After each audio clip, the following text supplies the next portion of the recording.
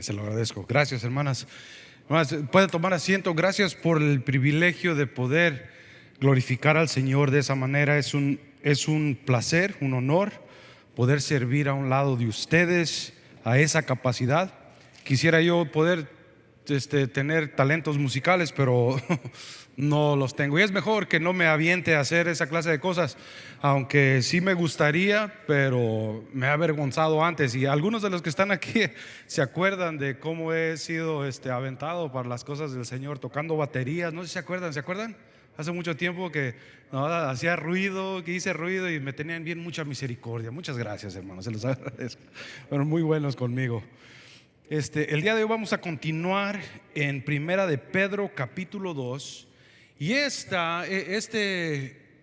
pasaje del que vamos a escuchar el mensaje es algo práctico donde a todos nos duele en realidad la sumisión de la que Pedro nos habla aquí. Es difícil poder imaginarnos el tener que ser sumisos y obedecer todas las leyes, especialmente cuando algunas se nos hacen injustas. Pero Pedro apunta a algo que es de suma importancia. La menciona como que el Señor ha puesto todas las autoridades que existen, que están en su lugar.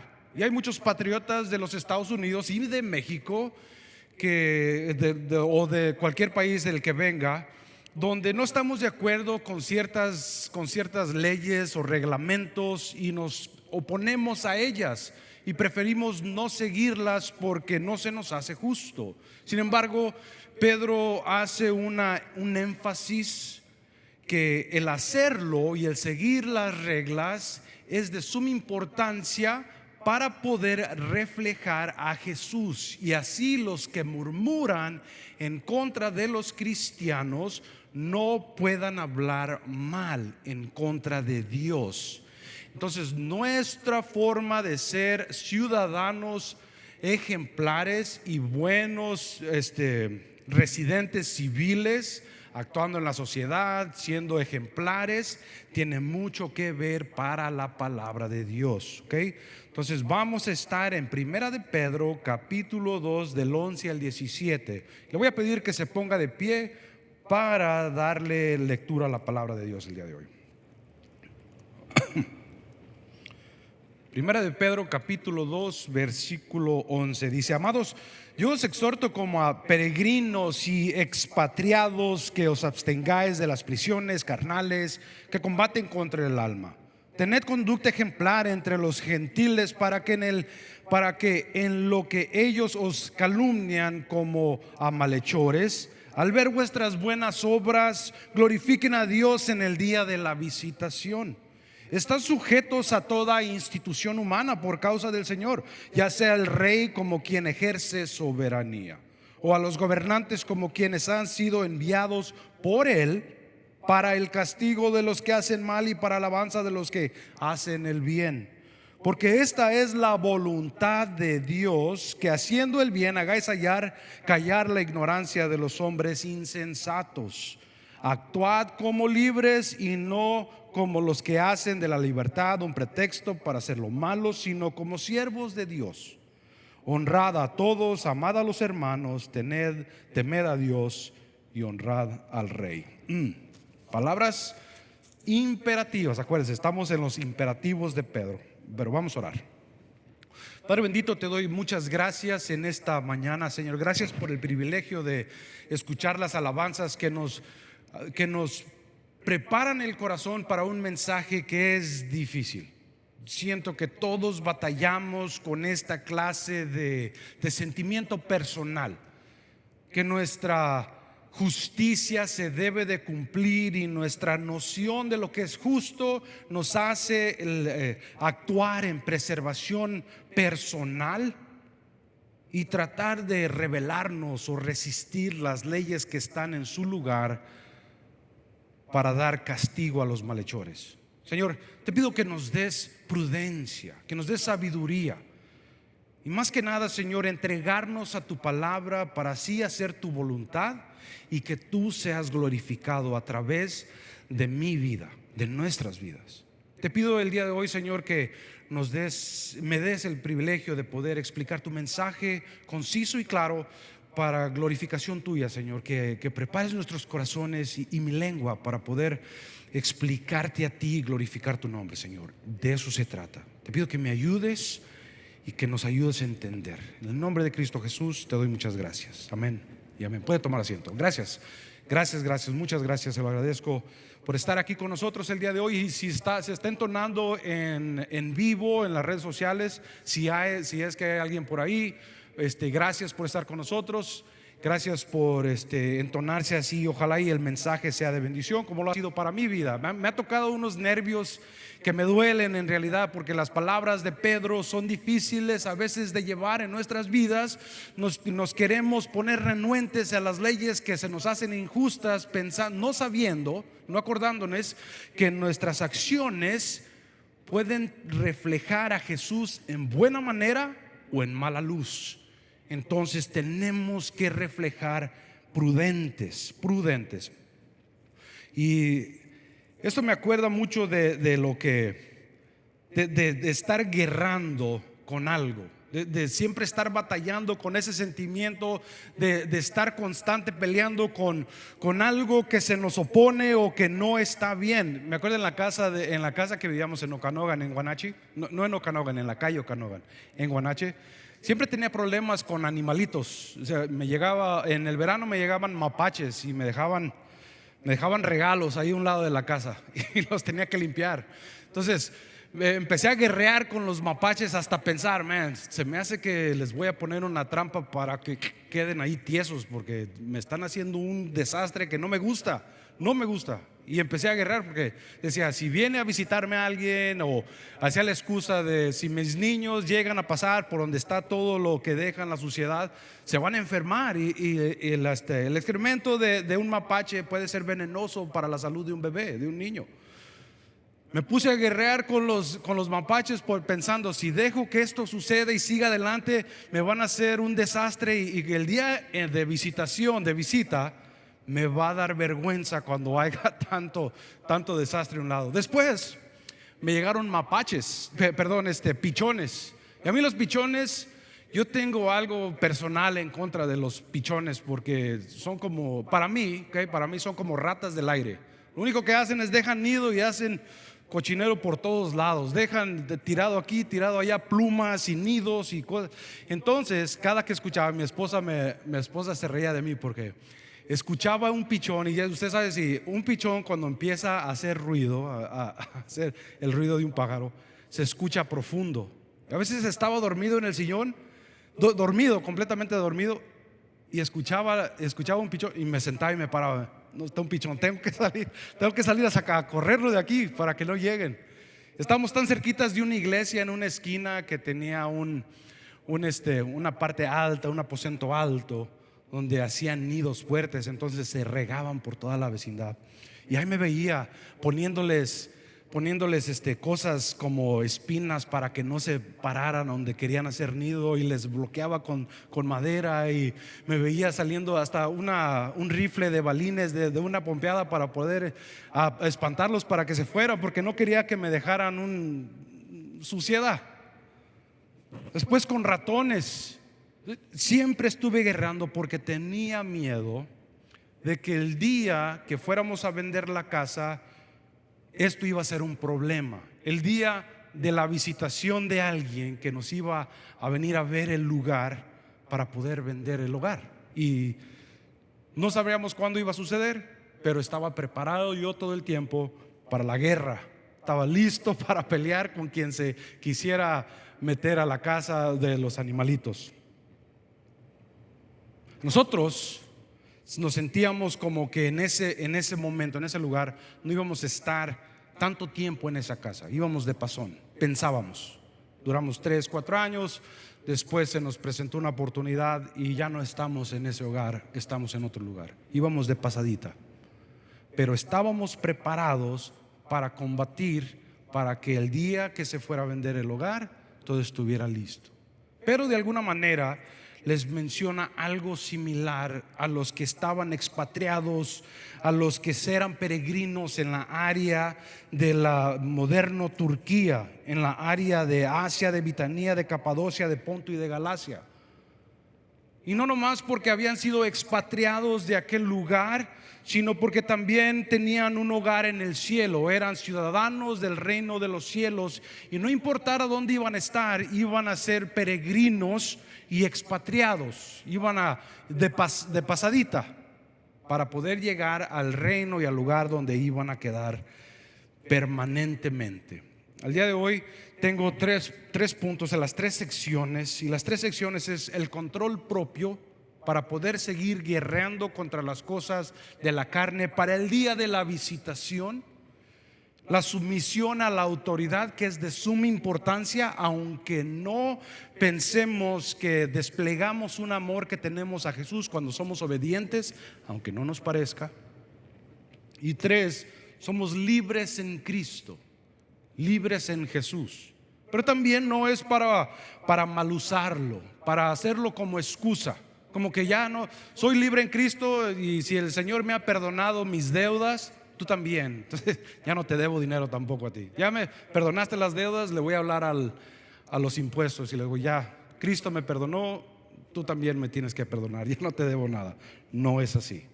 No es para usarlo en hacerlo como un pretexto para seguir en el pecado.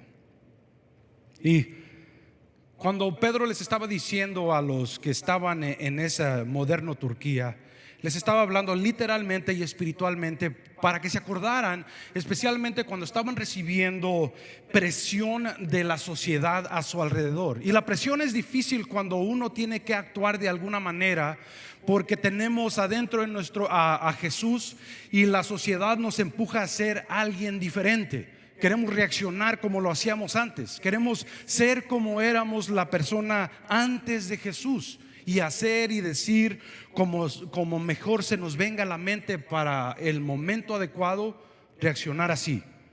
Pero Pedro les dice, tienen que controlarse y acordarse que ahora que son nuevas personas en Cristo, están en una guerra, están guerrando, están peleando constantemente. Y una guerra no es solamente una batalla y ya ganó la batalla y con eso ya no van a venir las tentaciones de ser como la persona que era antes. Una guerra era constante y de mucho tiempo. Las guerras duraban años. Y desafortunadamente la guerra de hacer nuestras pasiones carnales, y no pasiones lascivias o de lujuria, cosas así, sino las pasiones que vienen de dentro, de querer preservarnos a nosotros mismos como individuos, querer hacer lo que yo quiero hacer, mi egoísmo, lo que no me parece, entonces yo no estoy en contra de eso, estoy en contra de eso y no lo quiero hacer.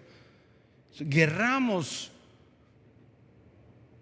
Esto que vamos a pelear es de toda la vida, no es de 2 o 3 años, es de toda la vida. Y cuando va cambiando de etapas en su vida y ya pudo lograr que no le molestara cierta cosa, cuando llega a la siguiente etapa de su vida van a venir problemas diferentes. Una vez estuve hablando con mi papá y mi papá estaba pensando, de hecho ayer estaban mis hijos en la casa de mis padres y yo estaba en la casa de mi papá, estábamos trabajando juntos afuera. Estaba pensando en mi papá y mi papá estaba atrás de mí haciendo otro trabajo, pero estábamos ahí juntos todos. Y estaba pensando cuando mi papá hace mucho tiempo, ya tiene años, antes de que naciera mi hijo, me dijo, ustedes todos ya están grandes, la única que me falta es la más chiquita, mi hermana más chiquita. Me dijo, yo ya acabé como padre, ya acabé. Pero una de esas, no sé qué pasó, el Señor, el Espíritu Santo me dijo, ya acabó en esa etapa de su vida. Ahora le toca aprender a ser abuelo y dar consejos a otro como padre. Su etapa, esa se acabó. La que sigue viene diferente, y esa trae sus retos, sus batallas, sus problemas diferentes. Entonces la guerra continúa y las etapas van cambiando, pero nuestras pasiones carnales siguen combatiéndonos de alguna manera u otra. Siempre queremos hacer la preservación personal. Y eso les decía Pedro a los que estaban en aquel lugar, porque muchos eran hostigados, eran perseguidos, torturados. Y no lo podemos hacer por nuestras propias fuerzas. Les estaba recordando a aquellos creyentes de aquel lugar que se vistieran de Jesús. No lo podemos hacer por nuestras propias fuerzas. Recordarnos siempre que tenemos que ser buenas gentes. Y imagino que estos pasajes es para aquellos que no conocen de Jesús y les hablamos de Cristo y nos dicen, estos son los pasajes que nos hacen transformar nuestra forma de ser. Piensan, yo estoy muy joven para tratar de ser buen ciudadano. Yo soy muy joven para ser buena gente todavía. Me quiero divertir, todo se trata de mí. Quiero estar afuera, hacer lo que yo quiero hacer. No quiero escuchar reglas para transformar. Esto es para creyentes que tenían a Cristo en su corazón y quieren reflejar quién es Jesús para los demás. Por nuestras propias fuerzas no lo podemos hacer. Es más, en Romanos 13:14 dice, más bien, vístanse del Señor Jesucristo y no hagan provisión para satisfacer los malos deseos de la carne. Y esto es para el día de la visitación, que los malhechores glorifiquen a Dios. Si usted trabaja con alguien que no conoce a Jesús y la única acción que esa persona conoce de usted es rebeldía, ¿qué piensa usted que esa persona cómo va a reaccionar esa persona hacia Dios? Lo único que conoce de usted es rebeldía, y si usted refleja a un Dios con rebeldía a la sociedad, esa persona va a reaccionar con rebeldía hacia su Dios. Una de las cosas que he estado pensando últimamente es cómo mis hijos siempre me están viendo y están viendo algo de mí, en cómo reacciono en toda situación, especialmente cuando voy manejando y alguien se me atraviesa. Siempre a Abby es la que ha reaccionado y me da risa, pero como siempre me está observando, a veces cuando alguien se me mete y le doy pasada a alguien y tengo que frenar fuerte, escucho la voz de Abby, come on. Porque ella está escuchando lo que yo estoy y mis reacciones de todo. Si yo lo único que hago es actuar con rebeldía a todo, no seguir las leyes como debe de ser, mis hijos van a observar eso, y eso es lo mismo que van a aprender de mí. Pero queda la noción en que esa rebeldía que yo les estoy enseñando a mis hijos va a ser la misma rebeldía que ellos van a usar en contra de mí, porque yo se las enseñé. Si yo les enseñé a ser rebeldes o ser contestón o ser sarcástico, ese mismo sarcasmo lo van a usar en contra de mí. Entonces, cuando nosotros reflejamos a un Jesús y somos cierta clase de persona, esa clase de persona van a aprender los que no conocen de Cristo. Van a decir, güey, ¿y eso es ser un buen cristiano? Soy mejor persona yo. Y la rebeldía que ven en nosotros va a ser la misma con la que se van a oponer a venir a los pies de Dios. Pedro en este pasaje, en estos primeros 2 versículos, cuando habla de tener una conducta ejemplar entre los gentiles, para que en lo que ellos los calumnian como malhechores, al ver vuestras buenas obras, glorifiquen a Dios en el día de la visitación. Está mencionando a cierto punto del Antiguo Testamento, porque el día de la visitación era un momento de bendición o juicio, o bendición y juicio. En Jeremías 29:10 dice, así dice el Señor, cuando a Babilonia se le hayan cumplido los 70 años, y yo los visitaré y haré honor y promesa en favor de ustedes, y los haré volver a este lugar. El día de visitación es el día en que va a haber juicio para usted y glorificación o bendición para los que no conocen de Jesús. Y nuestro reflejo y cómo actuamos es de suma importancia para los que no conocen de Cristo, aún aquellos que hablan mal de usted, aún aquel que le dice cosas o se burla de su fe o de su forma de actuar. Es de suma importancia actuar de cierta manera, porque ese es el imperativo que Pedro nos está dando aquí: ser buenos ciudadanos. Pedro aquí nos da un imperativo para demostrar una virtud que no es natural, proviene de la fuerza de Dios. No está en nuestra naturaleza ser obedientes a todo en todo momento. Y no dice que seamos obedientes hasta aún en las cosas que van en contra de Dios. No es así. Pero las instituciones que están puestas en nuestra sociedad es para la bendición de la sociedad. Se imagina que no hubiera instituciones, aún las que son corruptas. Se imagina que aún no hubiera ninguna institución de poder o de juicio. La anarquía que hubiera, cada persona hiciera lo que bien quisiera para sus lascivias, para sus beneficios propios, aún con buenas intenciones. Muchas personas cometen errores graves por buenas intenciones y preservación propia.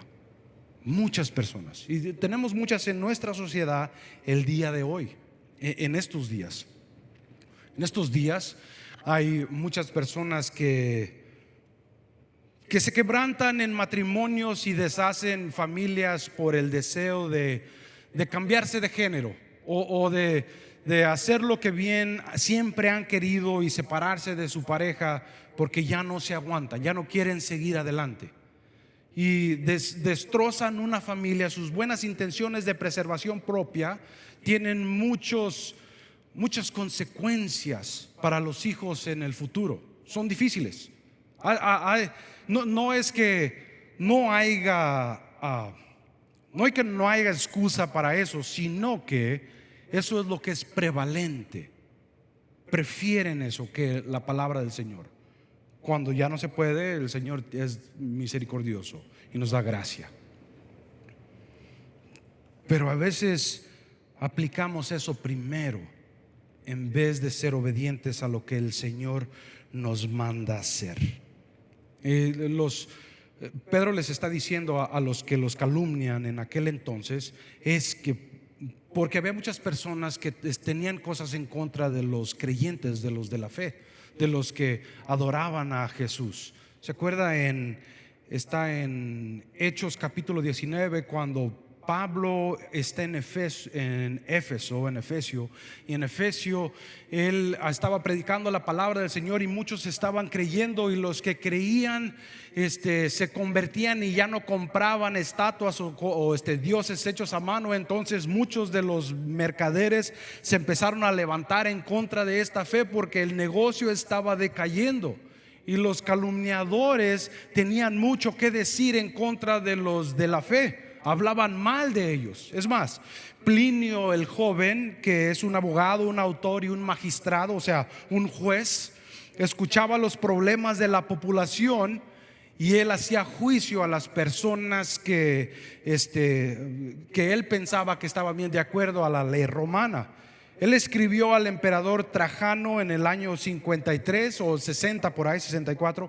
En sus cartas le preguntaba cómo debería manejar la creciente influencia de los cristianos en su parte del imperio romano, que era Ponto, Britania y el actual norte de Turquía. Plinio le escribe sobre cómo el monoteísmo, la creencia de un solo Dios de los cristianos, estaba dañando la economía, porque impedía que la gente comprara artículos para ofrecérselos a los dioses. También habla como Tácito cómo el número de cristianos, incluso en las zonas que estaban a las afueras, entre todas clases, siguió creciendo a un ritmo acelerado y no sabían qué hacer. Lo que estaban haciendo, a lo que me refiero, es que ya había una conmoción de esta fe. Y muchas personas estaban hablando en contra de los creyentes por la fe que tenían. Pero Pedro les estaba diciendo: compórtense y sigan con las leyes de la sociedad en la que viven, para que no tengan nada mal que hablar de su Jesús. Naturalmente nosotros nos vamos a hacer en no alabar a ningún otro Dios más que a Jesús. y hablaban mal de ellos. Y Pedro les insta, les dice, les da un imperativo: compórtense como es adecuado, para que aquellos que los calumnian como a malhechores, al ver vuestras buenas obras, glorifiquen a Dios en el día de la visitación. En la Segunda Guerra Mundial estaba una historia de una familia de misioneros, Herb y Ruth Klingen, y su hijo pequeñito, eran prisioneros de un campamento en las Filipinas de los japoneses. Estaban en un campamento siendo torturados y los hambreaban, los maltrataban, y por ser cristianos los hostigaban, y más los otros presos, los otros reos que estaban alrededor de ellos también. Lo que ellos le temían a un comandante que se llamaba Konishi. Este señor era cruel, siempre inventaba clases de torturas y de cosas como maltratar a los presos de la guerra. Inventó una de esas, en una de esas veces, inventó darles arroz, pero con cáscara. Y no sé si usted ha visto cómo el arroz con cáscara es cruel para los intestinos.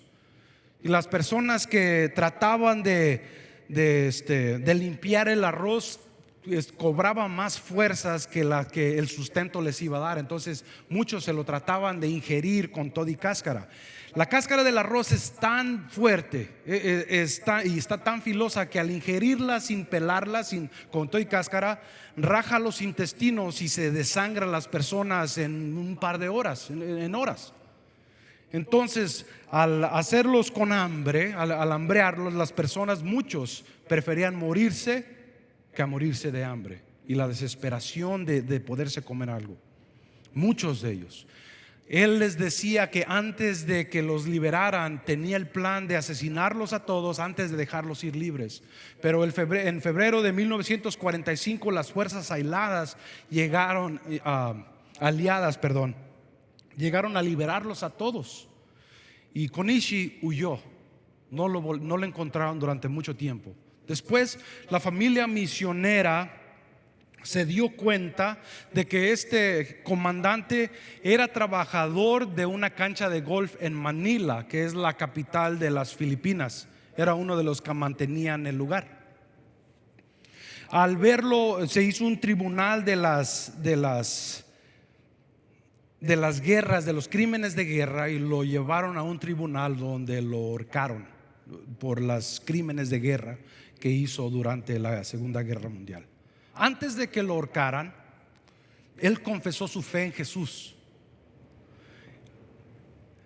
confesando que el testimonio de la familia misionera, de cómo se comportaban con compasión y amor a todos los otros reos, a pesar de que tenían a su niño ahí, cómo su comportamiento había sido un impacto para la vida del comandante. Y aunque aún era cruel, su vida fue impactada para llegar a los pies de Jesús. Por eso les dice Pedro a los que estaban escuchando la carta: para que en lo que ellos os calumnian como malhechores, al ver vuestras buenas obras, glorifiquen a Dios en el día de visitación. ¿Se imaginan qué control propio tenían que tener aquella familia misionera?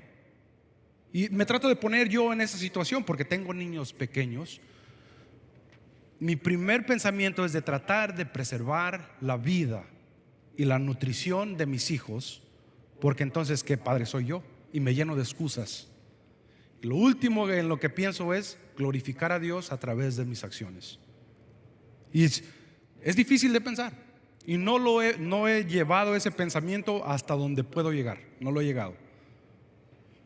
Pero si nuestras acciones no reflejan control propio y no reflejamos a un Jesús, tenemos que ser intencionales en nuestro control propio, en nuestra conducta, en nuestras actitudes, en nuestro reflejo, que Jesús es nuestro Señor, para que el día de la visitación los que nos calumnian glorifiquen a Dios. ¿Usted lo hace de esa manera? Yo sé que yo fallo en ese aspecto. Pero si usted falla en algunas veces, especialmente cuando estamos en la sociedad, en el trabajo, en las vías públicas, en lo que usted quiera, reflejamos a nuestro Señor como debe de ser? ¿En qué fallamos? Me gustaría que reflejaran eso. Pero lo siguiente es la sumisión a la autoridad.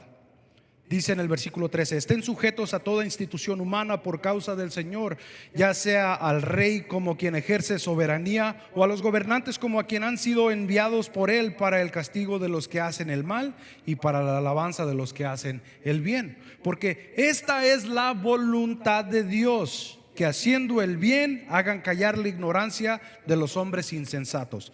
¿Algún día usted se ha preguntado en su vida: no sé cuál es la voluntad de Dios para mi vida?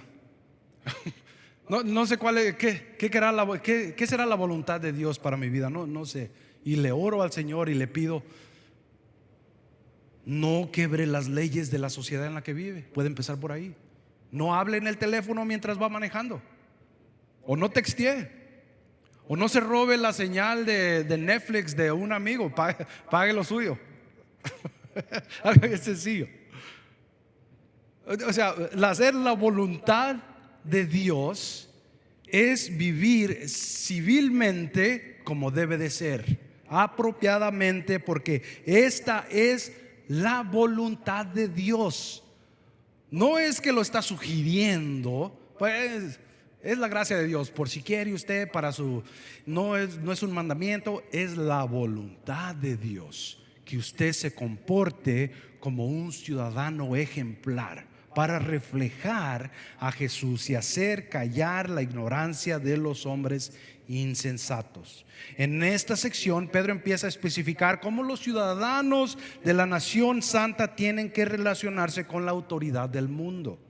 La rebeldía puede que sea un punto de tentación, especialmente para aquellos que vivían en una sociedad pagana y muchas de las cosas que hacían estaban en contra de lo que decía Jesús, como tener varias mujeres o hacer cosas malas, ser indignos.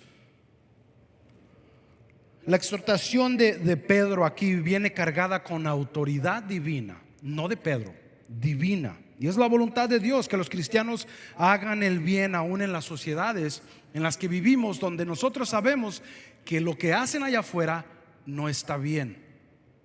Hacer el bien, porque si nomás amamos a los que nos aman, ¿qué bien es eso?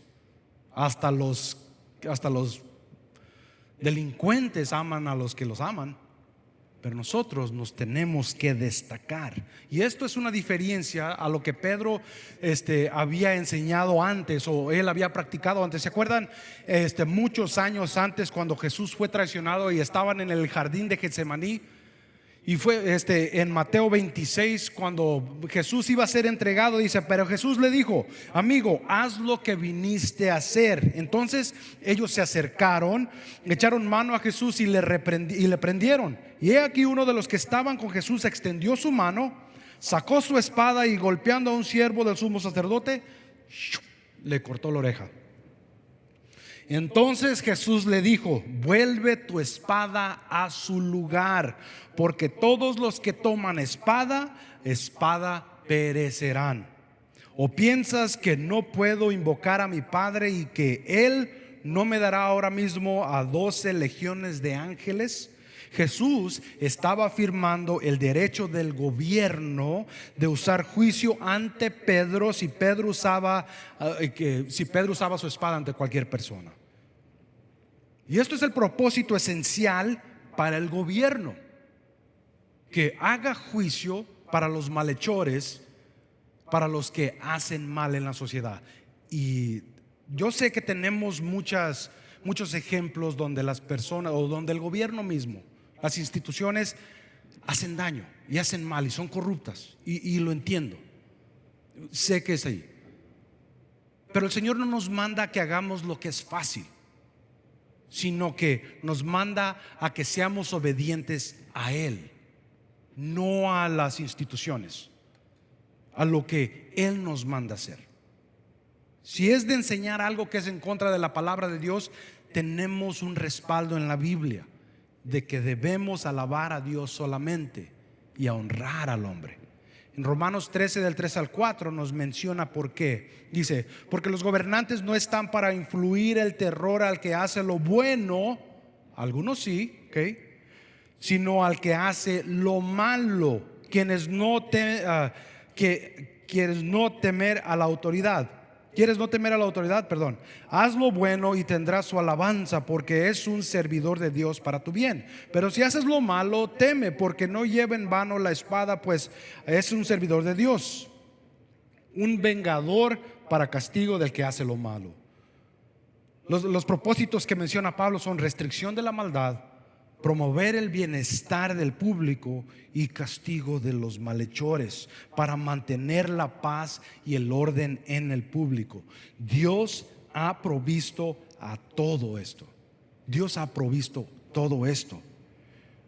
Y si nosotros entramos en rebeldía, los que nos están viendo no somos diferentes a ellos, y debemos de apartarnos de las cosas del Señor. Nuestra vida refleja mucho.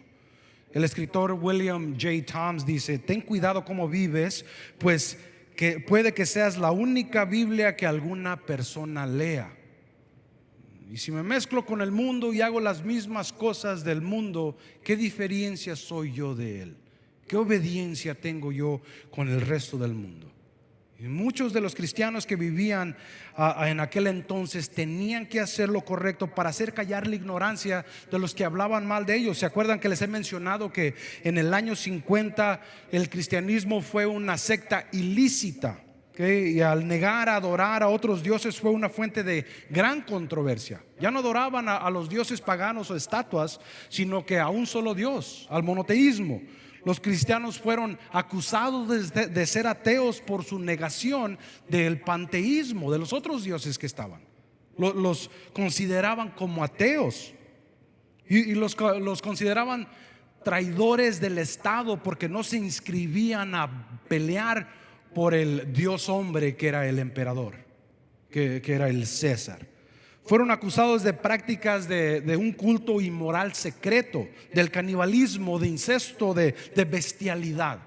Decían que durante la Santa Cena lo que hacían, y como decían que era la sangre y la sangre de Jesús y la carne del cuerpo, es que para poder hacerlo cocinaban a bebés y los hacían en postres, para así poder disfrutar con la lascivia y bailar y gozarse.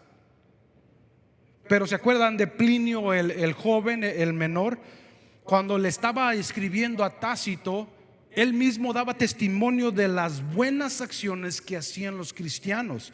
Dice: otras cosas notables son que los cristianos que siguen a Cristo se reunían regularmente, comían, cantaban himnos a este Cristo que adoraban, y se comprometían a ser honestos, a abstenerse del adulterio, el fraude y el robo. Y eso es lo que los separaba del resto de la sociedad, especialmente cuando eso era lo prevalente: el ser deshonesto, el hacer una ganancia extra, el cobrar de más o extra. Y le pregunto a usted: ¿cómo hace usted en su vida? ¿Hace la voluntad de Dios en ese aspecto para que los malhechores que lo calumnian vean a un Dios en su vida?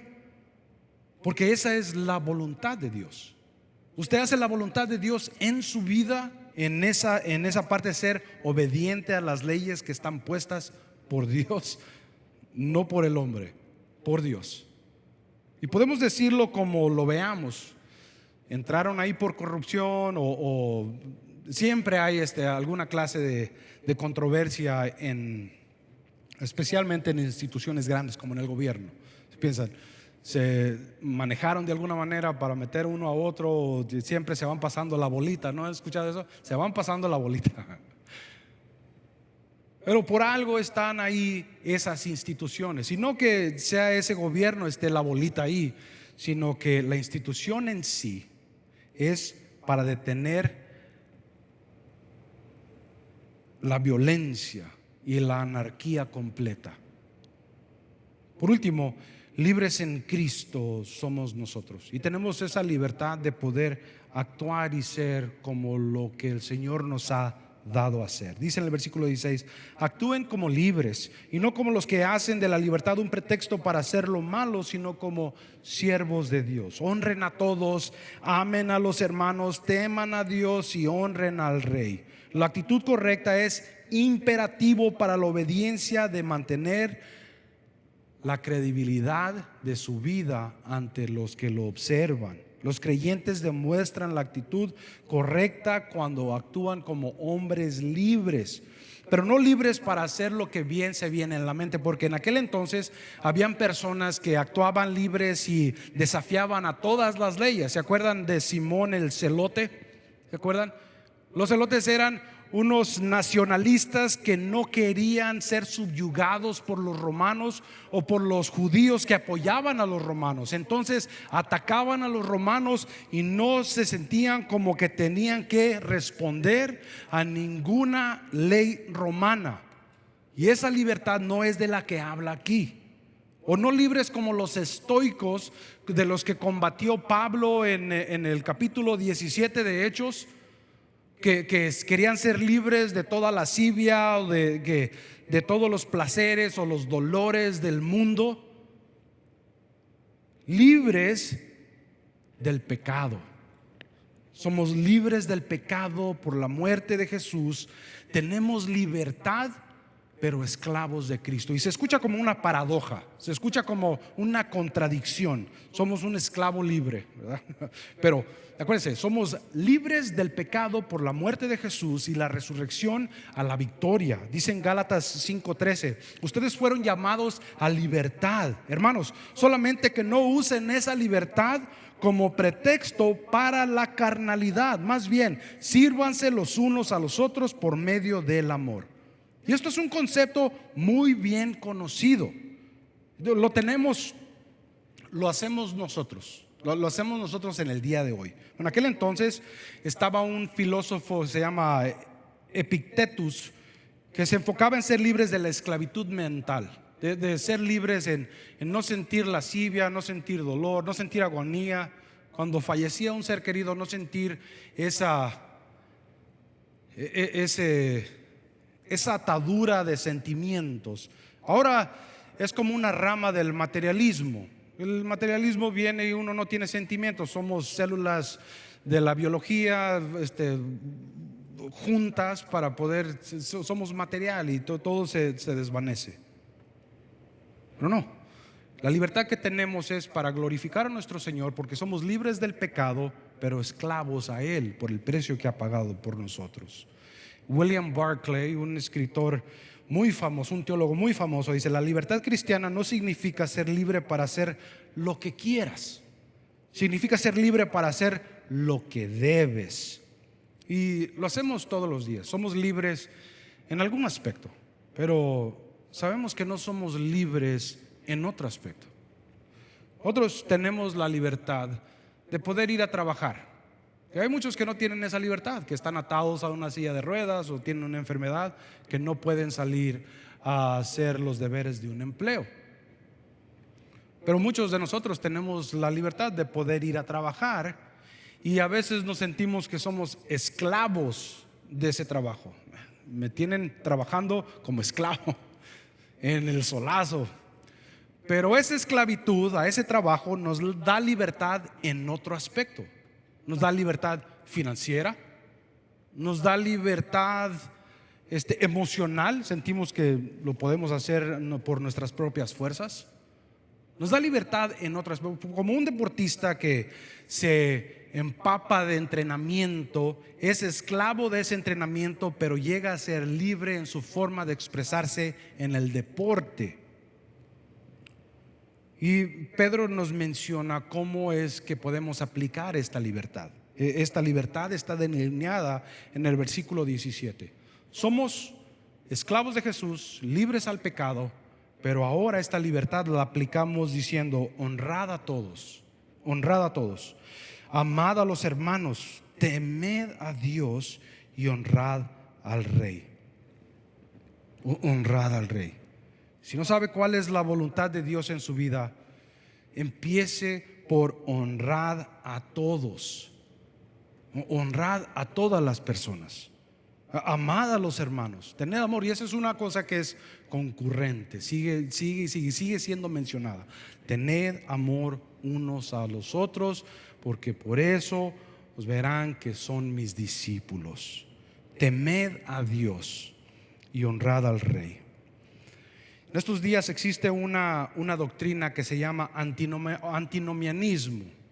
Y la aplicamos en cierto aspecto porque tratamos de preservarnos aún teniendo la libertad de Jesús. El antinomianismo quiere decir, anti es contra y nomanismo es de la ley, anti-ley, antinomanismo, anti-ley. Y estas personas piensan que porque somos libres y estamos en la era de la gracia, ya no estamos atados a ninguna ley del Antiguo Testamento. Y somos libres de eso. Ya no tenemos ninguna obligación moral. Ya no tenemos que hacer lo que Dios nos dice en el Antiguo Testamento, como no matarás, no robarás, porque lo podemos usar como excusa. Pero Pedro les dice aquí, eso no es correcto, eso no está bien. Dice en el versículo 6: actuad como libres y no como los que hacen de la libertad un pretexto para hacer lo malo, sino como siervos de Dios. No para que pretendan que todo está bien. Sí, quiero a Jesús como mi Salvador, pero no quiero seguir sus reglas porque sus reglas son difíciles de seguir. O sea, en vez de cumplirlas todas, le agregó más Jesús. Está más difícil. Entonces, somos libres, pero no para hacerlo como un pretexto. Para mí esto es como una observación, solo una observación. Es que esas personas que usan el antinomanismo y se aplican la gracia para todos los errores que cometen, es aquella persona que ha recibido a Jesús como Salvador, pero no como Señor.